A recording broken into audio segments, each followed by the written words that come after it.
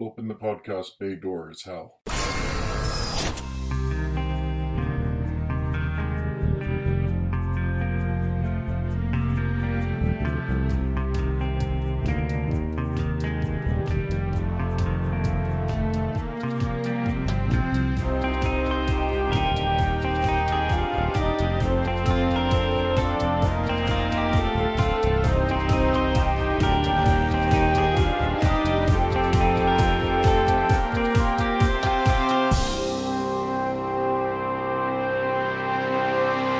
Hello everyone, and welcome to episode 174 of Welcome to Geektown. I'm your host, Kurt Onstead.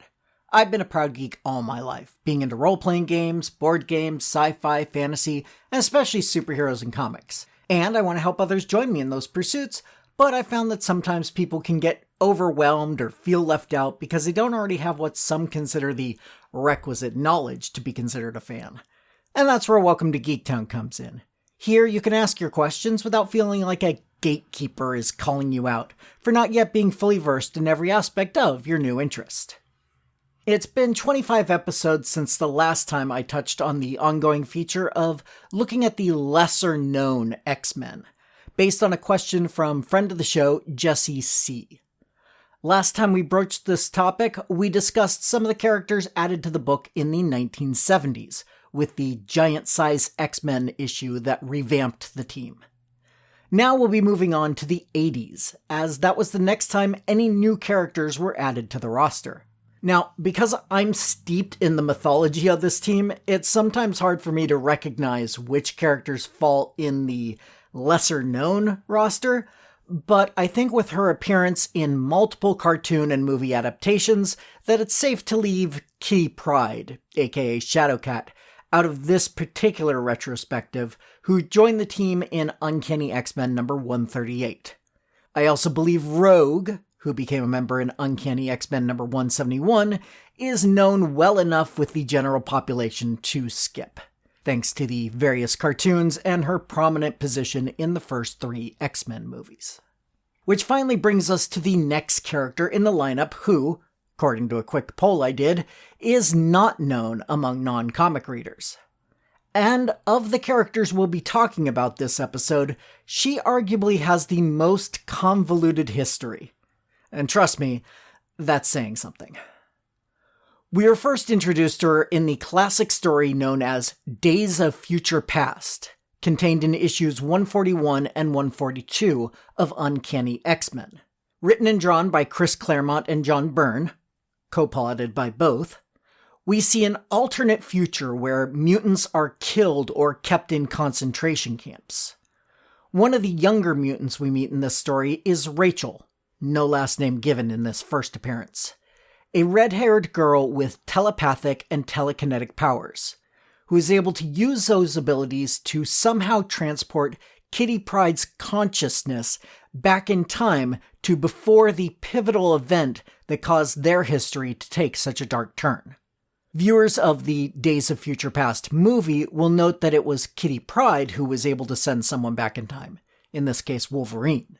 Kitty's mission seemed to succeed, but because of how time travel usually works in Marvel Comics, that didn't make the Days of Future Past timeline stop existing. So later, when Rachel and Kitty were on another mission in that future, Kitty used a special code word to activate Rachel's powers again, this time sending Rachel herself into the past.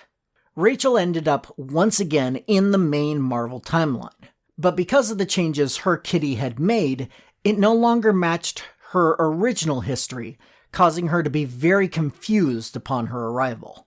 She does find her way to the X-Men and now joins the team, where her history is slowly revealed to the readers, and eventually her teammates as well.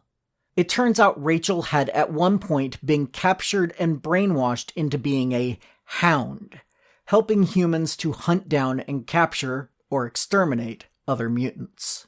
We also finally learned Rachel's parentage.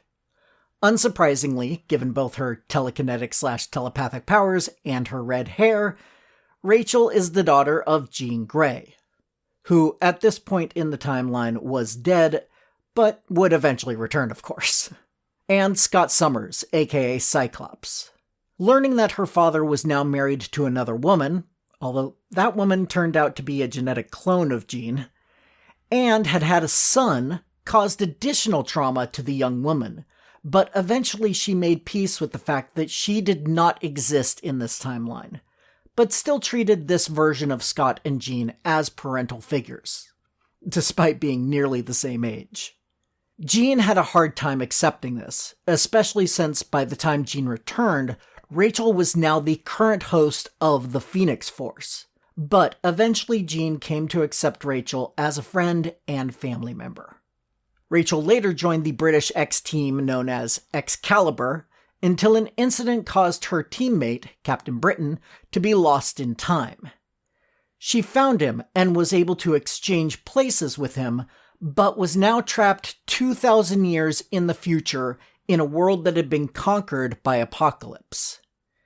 She helped organize the rebels into a group called the Ascani, and it was that group that was able to take Nathan Summers, the son of Scott and his previous wife mentioned earlier, into the future in order to help keep the techno-organic virus the young baby had been infected with from completely taking over his body. Nathan grew up to be the hero known as Cable, who, using time travel technology, has been all over the Marvel Universe timeline, usually seen as an older man, though occasionally showing up as a teen/young adult.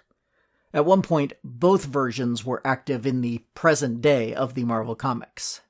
Cable eventually saved his sister and brought her back to a point in time not long after she had disappeared. At first, she hid her return and tried to live a normal life, but after being kidnapped by a telepath named Elias and then rescued by the X-Men, she rejoined the team, taking on her mother's original codename, Marvel Girl. At this point, Jean was once again dead. Don't worry, she came back again, eventually. And also decided at this point to call herself Rachel Gray rather than Rachel Summers, taking on the codename Prestige later, finally finding a name that was all her own and not inherited from her mom. She's adventured with the X-Men and related teams for most of the time since then, including a newly reformed Excalibur and the Krakoa Resurrection Investigation Team known as X-Factor. When the X-Men fell in the 2023 Hellfire Gala issue, Rachel, now going by the name Ascani, was trapped in a limbo known as No Place X, because everything has to have an X in it, where she telepathically leads a team that is trying to stop the Dominion, an evil force from outside time and space that wants to eliminate all life in this universe.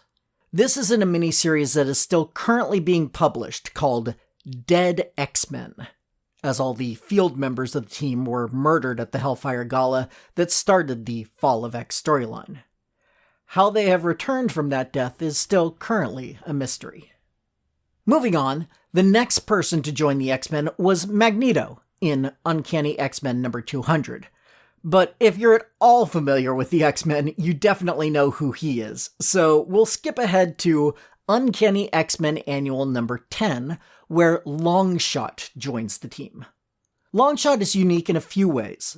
First of all, he's the only character in this trio we're discussing that was not created or co-created by Chris Claremont, coming from the mind of writer Ann Nocenti and artist Art Adams, with additional design input by editor Carl Potts. Secondly, Longshot is one of only a few characters who are regularly a part of the various X teams that is not technically a mutant, although he still has strong mutant ties, as will be explained. Introduced in his own miniseries, we find Longshot in the Mojoverse, a dimension ruled by the alien cyborg Mojo, who is obsessed with TV and uses people as disposable actors to battle one another in either shows he creates himself, or simply by manipulating people on other worlds to fight each other while he broadcasts the action to his people in order to keep them docile and entertained. Longshot is an artificially created life form that had been given the power of extremely good luck, although later he discovers that this causes others to have bad luck in order to even things out, so he tries not to rely on that ability, but instead his other gifts of psychometry, being able to read psychic impressions from objects, superhuman agility, healing, and toughness. Another trait apparently genetically engineered into him is that the opposite sex is extremely attracted to him. Although it's clear if that's pheromones, an unconscious psychic ability, or just extremely good looks.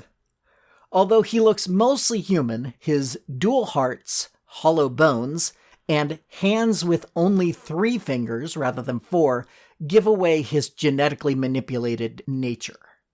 Eventually, we discover that the original source material for Longshot's DNA was a member of the X-Force team, Shatterstar, a Mojo World rebel who had been displaced in time by Mephisto.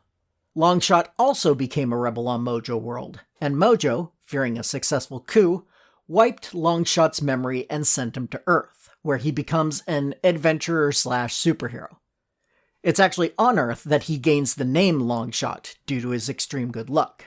If he had a name before then, we never learn it. He does make his way back to the Mojoverse, but is unable to free the other slaves on that world. Mojo once again wipes his memory and sends him back to Earth, this time landing him in the X-Men's Danger Room, and this is when he joins the team. While a member of the X-Men, Longshot started a relationship with Allison Blair, aka Dazzler, who will be covered in a future installment of this series. He left the team for a time as multiple memory wipes had given him severe identity issues, but it wasn't too long before he hooked back up with Dazzler and the pair were teleported to Mojo World to get caught up in another rebellion. Dazzler ended up pregnant as a result of their relationship, and while it was originally suggested that this ended in a miscarriage, this was later retconned into her giving birth while on Mojo World, then having her memory of the event wiped. In the same issue where we learn how Shatterstar was Longshot's father, X-Factor number 259 if you're curious, we also learn that Dazzler and Longshot's son was none other than Shatterstar. Shatterstar himself, along with his boyfriend Richter, traveled through time and ended up helping Dazzler deliver the baby, then wiped her and Longshot's memory of the event before sending baby Shatterstar further into the future to where he was raised, in order to keep the timeline intact. So yes, in a very literal way, Shatterstar is his own grandpa. I'm my own grandpa. Everybody! I'm my own grandpa. But we're not here to talk about Shatterstar. Let's get back to Longshot. He and Dazzler's relationship has been off and on as each of the pair has had memory issues causing them to forget the other. Although they have found their way back to each other on a number of occasions, they appear to be separated as I write this, with Dazzler being part of the X-Men on Earth and Longshot continuing to fight against Mojo on Mojo World. In between these times, Longshot spent a good deal of time in comic book limbo, although he was a member of the multiverse traveling heroes known as the Exiles for a couple of years. Our final in this trio of lesser-known members of the X-Men is Elizabeth Betsy Braddock, best known as Psylocke, played briefly by Olivia Munn in the X-Men Apocalypse film. Originally, she was a supporting cast member in the Marvel UK book Captain Britain, written by Chris Claremont with art by Herb Trimpe back in the mid-70s, as the sister of Brian Braddock, the titular Captain Britain. She had some psychic abilities at this point, although their origin wasn't stated at that time. In 1983, writer Alan Moore added her to another Marvel UK book, Daredevils, no relation to Matt Murdock, where she worked for the government agency known as Strike, Special Tactical Reserve for International Key Emergencies. It was here that she dyed her blonde hair purple, which has been one of her defining physical characteristics since then. In 1986, she became the new Captain Britain, taking over from her brother, although that didn't last long as she was blinded by a villain named Slaymaster. Later that year, Claremont brought her into the Marvel Universe proper, in New Mutants Annual number 2. In that story, Betsy is abducted to the Mojoverse, brainwashed, and fit with bionic eyes that let Mojo see everything she sees. The New Mutants happen upon her and rescue her, and she takes up residence in the X-Mansion, soon after officially joining the team and taking on her codename Psylocke. Originally, her powers were non-combative in nature, but Betsy was later kidnapped by the Hand, the ninja group that Matt Murdock often fights against in his book. Brainwashed, again, given combat training, and had her appearance altered so that she appears to be a native of Hong Kong. A character named Quanon was later introduced as the template for Betsy's Asian appearance, with their DNA being intermingled together. At first, Quanon pretended to be the real Betsy, as she now had Betsy's original look, but was soon revealed to be the imposter. Betsy was a mainstay of the X-Books until her apparent death in 2001, lasting 4 years until her resurrection in 2005, where she was also returned to her original body. She starred in the Exiles book, similar to Longshot, for a time, but after it was cancelled, she returned to the X-Men in 2009, as well as having her own miniseries in 1997, co-starring her then-boyfriend Archangel, and 2009, with Wolverine. Without going into all of her history, which involves other apparent deaths and resurrections, her next major change in status quo came in 2019 with the House of X/Powers of X revamp of the X-Books, leading to most mutants living on the island nation of Krakoa. A new volume of Excalibur was launched with Betsy taking over the Captain Britain moniker once again, this time in a much more long-term change, rather than the 2-issue arc from decades past. Acting as a guardian and liaison between Krakoa and the mystical land known as Otherworld, the source of the Captain Britain powers, among other things. That book lasted 2 years, or 26 issues, and led into the Knights of X miniseries, where Betsy began a romantic relationship with her longtime friend and fellow psychic, Rachel Summers, aka Prestige. Betsy was last seen as the leader of the Captain Britain Corps, a team of various Captains Britain from different universes. But she is rumored to be showing up in the Dead X-Men miniseries mentioned at the end of Rachel's history.